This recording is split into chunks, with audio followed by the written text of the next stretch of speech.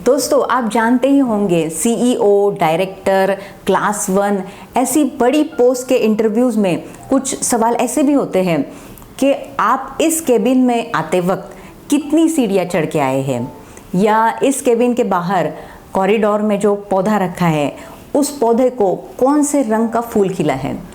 तो इससे आपका प्रेजेंस ऑफ माइंड दिखाई देता है, और ये प्रेजेंस ऑफ माइंड आपको अवेयरनेस से ही आता है। प्रेगनेंसी में मदर को अवेयरनेस क्यों होना चाहिए, इससे बच्चे की ग्रोथ और संस्कारों पर क्या असर होता है, ये सब हमने इस वीडियो के पहले पार्ट में देखा है।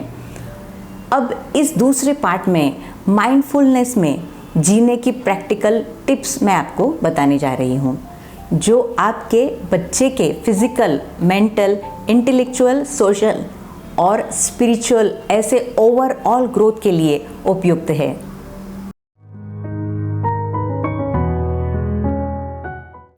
नमस्कार, मैं डॉक्टर अंजलि आवारी। अमृत गर्भ संस्कार में आपका स्वागत है। रिसर्च ये बताता है कि बच्चे की डेवलपमेंट नर्चर और नेचर इन दोनों पे होती है। नर्चर का मतलब है परवरिश, पालन, दिए गए संस्कार, और नेचर का मतलब है नैसर्गिक डेवलपमेंट जो जन्मजात अनुवांशिक होती है, जैसे कि कुछ गुण बच्चा जन्म से ही अपने साथ लेकर आता है। माइंडफुलनेस जीवन के प्रति, हर क्षण के प्रति सजग होना, बच्चे की नर्चर और नेचर इन दोनों डेवलपमेंट का बैलेंस बनाए रखती है। प्रेगनेंसी में हार्मोनल चेंजेस की वजह से मदर को स्ट्रेस महसूस होती है, थकान, स्लीप डिस्टर्बेंसेस, ऐसे कई लक्षण होते हैं। और एक साइंटिफिक स्टडी में ऐसा नज़र आया है कि 21% प्रेग्नेंट मदर को एंजाइटी इशू होते हैं और 18% मदर को डिप्रेशन से गुजरना पड़ता है। लिव इन प्रेजेंस मतलब वर्तमान क्षण में जीने से, हर क्षण का आनंद लेने से बिल्कुल आप इन लक्षणों पर ओवरकम कर सकेंगे। आयुर्वेद में भी इसे सत्वावजय चिकित्सा कहा गया है। ये हमें नेगेटिव बातों से ध्यान हटा के पॉजिटिव और जीवन के प्रति जागरूक बनाती है। प्रेगनेंसी में होने वाले फिजिकल और साइकोलॉजिकल चेंजेस को भी एक्सेप्ट करने की हमें क्षमता देती है। साइंटिफिकली अगर देखा जाए तो हमारे ब्रेन में मौजूद ग्रे मैटर जो होता है वह इमोशन का रेगुलेशन करना, प्लानिंग करना, प्रॉब्लम को सॉल्व करना, ये सब काम करता है। और ब्रेन में जो कॉर्टिकल थिकनेस होती है वह नए अनुभव लेना और ज्ञान लेना, यह काम करती है। इस क्षण का आनंद लेने से ग्रे मैटर और ये कॉर्टिकल थिकनेस बढ़ जाती है, और हमारे ब्रेन में प्रेजेंट एमिगडाला नामक एक पार्ट होता है जो नेगेटिव भावनाओं को बढ़ाता है, उसकी भी साइज इस जागरूकता से कम होती है। नकारात्मक भावनाओं को भी इससे कंट्रोल किया जा सकता है।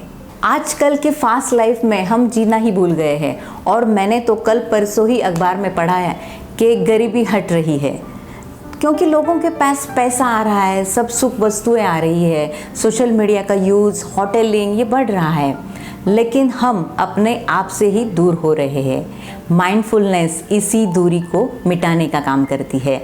माइंडफुलनेस का इतिहास भी प्राचीन ही है। महाभारत में अर्जुन को धनुर्विद्या सीखते वक्त सिर्फ पंछी की आंख दिखाई दे रही थी।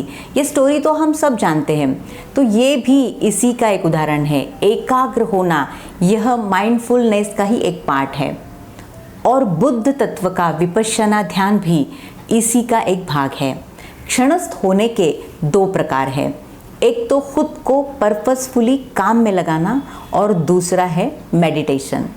ये समझने के लिए हम हमेशा एक प्रैक्टिकल लेते हैं, तो एक थोड़ा सा प्रैक्टिकल करेंगे। तो एक किशमिश आप अपने हाथ में रखें, उसे बड़ी क्यूरियोसिटी से देखें, फिर उसे अपने अंगूठा और इंडेक्स फिंगर में पकड़कर उसका ऑब्जर्वेशन करें। उसका रंग कैसा है, रूप, उसका स्पर्श, आकार कैसा है, उसके ऊपर के फोल्ड्स कितने हैं और उसकी चमक कैसी है, ये सब आप निरीक्षण करें। उसे थोड़ा दबा के देखें, और ऐसा करते वक्त उसमें कुछ आवाज़ सुनाई दे रही क्या, ये भी आप अनुभव करें। मैं भी इमेजिनरी कर रही हूँ, उसकी आप स्मेल देखिए, और ये सब करते हुए आपके मन में क्या विचार आ रहे हैं ये भी आप उस पर भी आप नज़र रखें। उसकी टेस्ट की अनुभव करेंगे, उसे अपने मुंह के पास लेके जाइए, होठों पर घुमाइए, कुछ महसूस होता है क्या, आपके मुंह में पानी आ सकता है, और फिर उसे अपने मुंह में रखिए, चबा के उसकी टेस्ट कीजिए। चबाने से उसके आकार में हुए बदलाव का भी आप अनुभव करें। अब उसे निगलने की तैयारी करें। निगलने के बाद पेट की तरफ जाते समय कुछ अलग मूवमेंट हो रही है क्या, उसे भी आप बारीकी से देखें। अब इसी प्रकार दूसरे किशमिश का भी आप आस्वाद लें। पहले से ये अनुभव कुछ अलग था क्या, वो भी चेक करें। देख के आपको हंसी आ रही है ना, हम ऐसे करते हैं कभी, बस मुट्ठी भर किशमिश डाल देते हैं मुंह में और बातें करते हुए कब ख़त्म हो जाती है समझ में भी नहीं आता है, बराबर ना। तो ये सब मशीन के जैसे है। सच में हमें ये सब अनुभव करना होगा। हर छोटी बड़ी चीज़ का आनंद हमें लेना आना चाहिए। ये तो हुआ सिर्फ किशमिश का उदाहरण। आप ये आनंद जीवन के हर एक चीज़ का ले सकते हैं। आप खाते बैठते उठते चलते हर काम का आनंद इसी प्रकार ले सकते हैं।